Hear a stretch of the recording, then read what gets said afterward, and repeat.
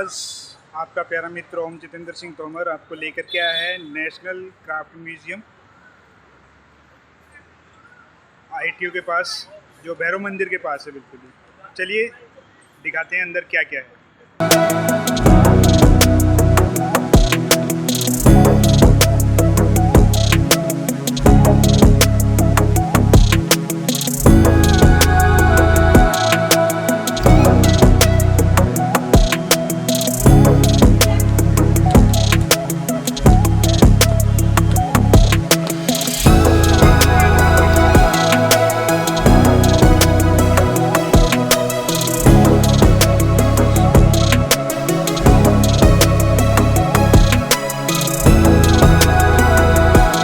अय्यनार देवस्थान मृणशिल्प तमिलनाडु। शिव एवं विष्णु का मिश्रित रूप माने जाने वाले तमिलनाडु के लोक देवता अय्यनार के इस देवस्थान में अपनी दो पत्नियां अनिश्चरा एवं चड़ौथी के रूप में अर्पित मानव एवं पशु आकृतियों सहित प्रदर्शित हैं।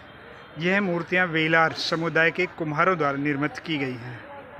मैं आपका प्यारा मित्र ओम जितेंद्र सिंह तोमर आज आपको लेकर के आया हूँ शिल्प संग्रहालय। और शिल्प संग्रहालय वह स्थान है जिसे राष्ट्रपति जी हमारे वेंकट रमन, श्रीमान वेंकट रमन जो हमारे राष्ट्रपति थे, उन्होंने 1991 में इसे जनता को समर्पित किया। और हम उसी संग्रहालय में इस वक्त आप मेरे पीछे देख रहे होंगे। यहाँ पर अनेक वीथियाँ अर्थात गैलरियाँ बनाई गई हैं। चलिए उन्हीं में हम धीरे धीरे आगे बढ़ते हैं। और इधर आपको दिखाई देगी लोक एवं आदिवासी वीथी, वैभवशाली वीथी, वस्त्र वीथी, अनुष्ठानक वीथी और द्रव्य श्रव्य कक्ष भी इधर ही बना हुआ है। शेखावटी चित्र राजस्थान। इस चित्र में हाथी पर सवार दो राजपुरुषों के बीच युद्ध, घोड़े एवं सवार का एक योद्धा तथा राजस्थानी पोशाक पहने एक औरत को दर्शाया गया है, जिसके दूसरी तरफ एक सेविका खड़ी हुई है। यह आप देख रहे हैं। यहाँ पर आप मेरे पीछे देख रहे हैं आज़ादी का अमृत महोत्सव। मेरे पीछे जिस आकृति को देख रहे हैं इसे कहते हैं कबूतर खाना। कबूतर खाने का मतलब ऐसी जगह जहाँ पर कबूतर के लिए दाना पानी की व्यवस्था की गई है। और हिंदू धर्म हो या जैन धर्म हो, जो भी हिंदू या भारत की भूमि पर जन्मे हुए धर्म हैं, उनमें अधिकतर में यही बताया गया है कि पशु पक्षियों को दाना देने से जो हमारे पूर्वज हैं उन्हें भोजन की प्राप्ति होती है। चलिए अब आगे बढ़ते हैं, की झांकी देखते हैं और आगे बढ़ते हैं। अब मैं आपको लेकर के चल रहा हूँ ग्रामीण परिवेश में, जहाँ पर पूरा ग्रामीण परिवेश है। इसको आप देख रहे हैं, यहाँ पर ऊपर छप्पर बना हुआ है। और ये झांझी है, इन्हें सांझी भी बोलते हैं। सांझी मैया है जिनकी पूजा नवरात्रों में की जाती है। जो शारदीय नवरात्रे आते हैं उनमें इनकी पूजा की जाती है और ये माँ दुर्गा के रूप माने गए हैं। और ये बनाया हुआ है, कच्चे मकान होते थे, दीवार, और ये है हमारे पास में छप्पर और ये बैठने के लिए जगह। हाँ, आरता भी आरता मैया आरता, काहे का दीवला काहे की बाती, सरसों का तेल जले सर रात। झांझी मैया क्या ओढ़ोगी क्या पहनोगी। मकर संक्रांति और पतंग उत्सव।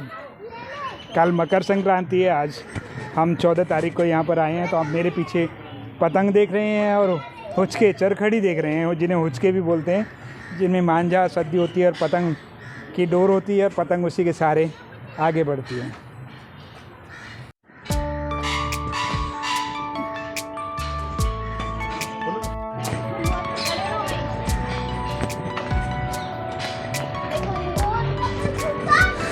अब हम इस वक्त हैं ग्रामीण परिवेश के अंदर, जहां हम हिंदुस्तान के अलग अलग जगह के, यानी भारत की अलग अलग जगह के जो ग्रामीण परिवेश है उन्हें हम आपको दिखाने का प्रयास कर रहे हैं। ये जम्मू और कश्मीर का ग्रामीण परिवेश है। और ये देखिए यहाँ पर ये कुठले यानी कुठार बनाए हुए हैं जिनमें सामान रखा जाता था। और ये भी एक सामान रखने की ही व्यवस्था रही है जो बड़े मटके के रूप में है। इसी तरीके से आप यहाँ भी देख सकते हैं।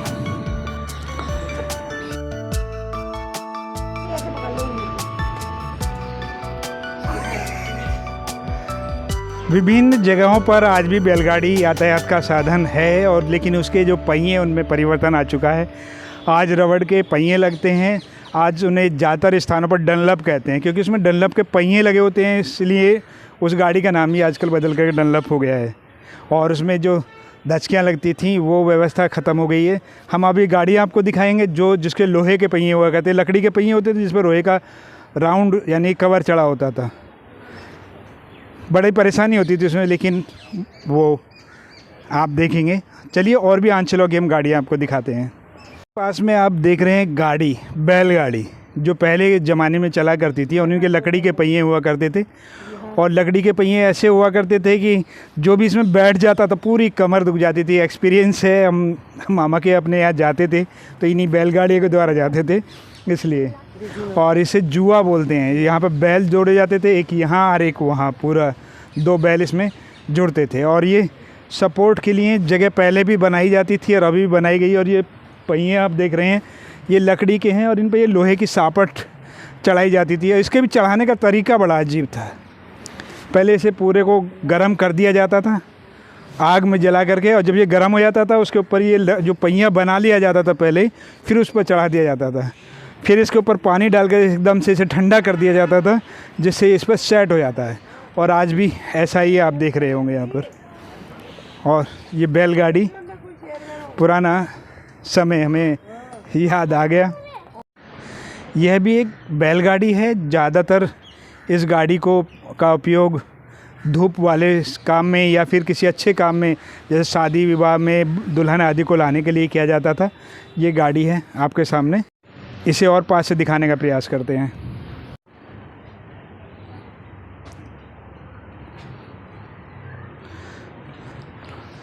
रे झूठ मत बोलो, खुदा के पास जाना है। ना हाथी है ना घोड़ा है, वहाँ पैदल ही जाना है। गाने को सुन के आपको लगा होगा कि मैं कहीं हीरो तो नहीं बन गया हूँ। नहीं, हीरो नहीं बन गया। उससे गाड़ी को देख करके याद आ गया है, तीसरी कसम फिल्म में राज कपूर जी इसी गाड़ी को चलाते हैं, आपने देखा होगा। चलिए कुछ यादें हैं जो यहाँ कर शिल्प संग्रहालय में ताज़ा हो गई हैं। मेरे सामने आप देख रहे हैं इसे गुड़लिया बैलगाड़ी कहा जाता है। गुड़लिया यानी कि जो गुड़ाई करते हैं उन लोगों के लिए। गुड़ाई का मतलब यहाँ खेतों में काम करने वालों के लिए नहीं है। ये गाड़ी या लुहारों की एक तरीके से गाड़ी हुआ करती है, जो यहाँ पर लकड़ी से बनी हुई है। इसमें लोहे और पीतल की टंकियों का काम हुआ है। और ये आज भी आप देख सकते हैं जहाँ गाड़ी या लुहार यानी कि जो बंजारे लोग हैं वो इस गाड़ी को लेकर के ही चलते हैं। आपको हम दिखाने जा रहे हैं कोल्हू।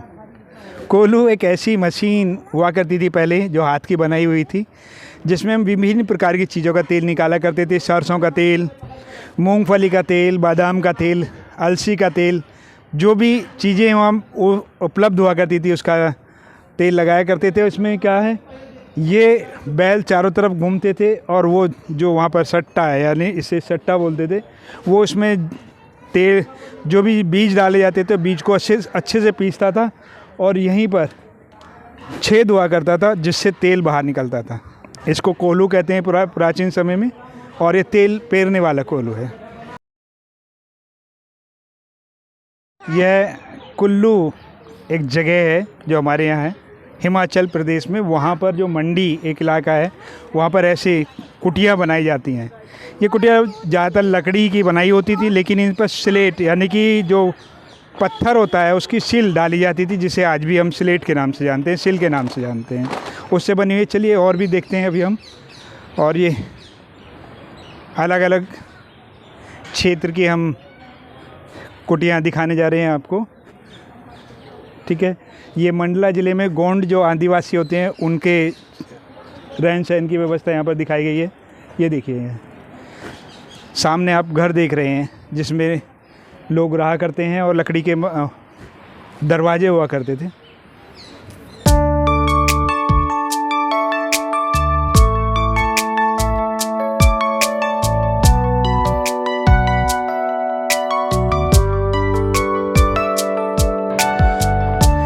ये उड़ीसा के जो ग्रामीण क्षेत्र का प्रांगण है उसमें उसको दिखाया गया है इसमें। और ये पानी के लिए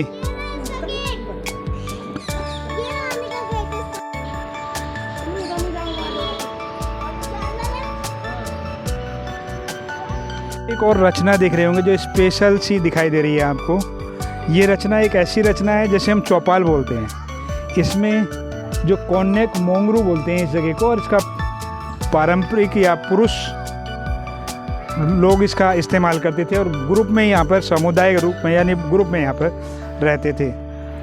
और आज भी यही व्यवस्था है वहाँ पर, अगर आप ग्रामीण क्षेत्रों में जाकर के देखेंगे तो। कह रहे हैं बन्नी कुटीर, जो कि मुख्य रूप से गुजरात में होती है। और ये जो कुटीर है गोल रूप से बनाई जाती है, और इसमें क्या होता था, जो गर्म हवाएं आती हैं तो जो चौकोर होती है उसमें तो सीधी टकरा कर वापस आती है, लेकिन इसमें गोल में घूम करके साइड से निकल जाती है, इसलिए इसी को बन्नी कुटीर बोला गया है। आप देख रहे हैं यहाँ से मैं आपको पूरी लोकेशन यानी पूरा उसको दिखा रहा हूँ। ये गोल बना हुआ है।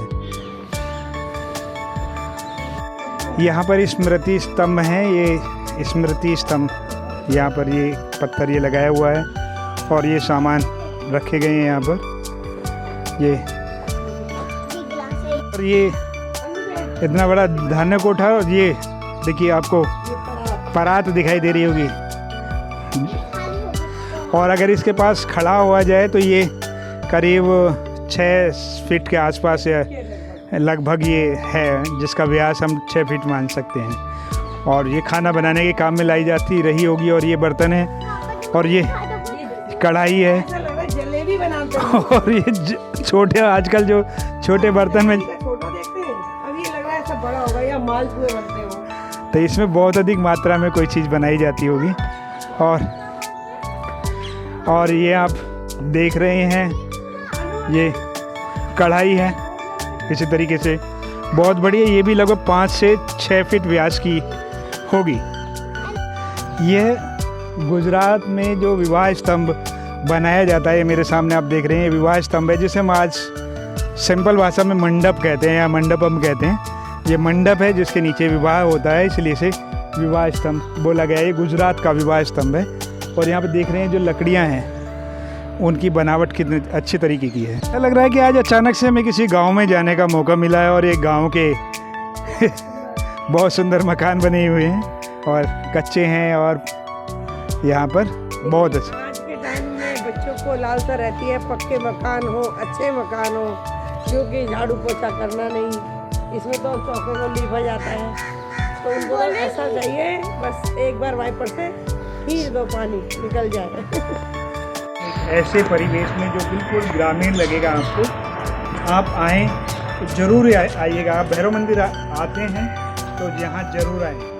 आप कहीं भी या ITO के आसपास अगर आप आते हैं, प्रगति मैदान आते हैं, तो आप शिल्प कला केंद्र, शिल्प संग्रहालय ज़रूर आइएगा। और आपने हथकरघा नाम तो सुना होगा। हथकरघा यानी हाथ से बुनाई करने वाली मशीन, और ये बड़ी मशीन है जो हाथ से चला करती है। और जो आजकल बिजली से चलने वाली उसे पावर लूम बोलते हैं, और इससे कपड़ा बनाया जाता है। और ये मशीन भी आप शिल्प कला के संग्रहालय में देख सकते हैं। तो अब हम जो शिल्प संग्रहालय था उसको हम देख चुके हैं। तो यहाँ पर जो संग्रहालय वो बहुत अच्छा लगा, बहुत ही अच्छा लगा। आएँ और अपना ये क्राफ्ट म्यूजियम देखें। जो पुराना हमारा कल्चर है वो आज भी याद आता है यहाँ का, और आता है, बहुत ही अच्छा लगता है। तो अब हमारा ये समापन है।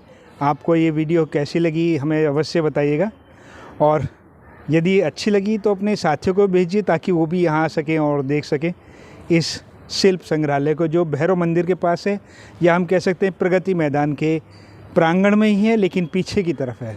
आप भैरव मंदिर की तरफ आएंगे या फिर चिड़ियाघर की तरफ जाएंगे तो आपको ये दिखाई देगा, और आप ज़रूर आइएगा। बहुत शानदार जगह है। यदि आपको हमारी यह जो वीडियो है, ये ब्लॉग आपको अच्छा लगा तो कृपया सब्सक्राइब तथा लाइक अवश्य करें। आपका प्यारा मित्र ओम जितेंद्र सिंह तोमर और सहायक विनीता तोमर को विदा दीजिए। राधे राधे, जय श्री कृष्ण।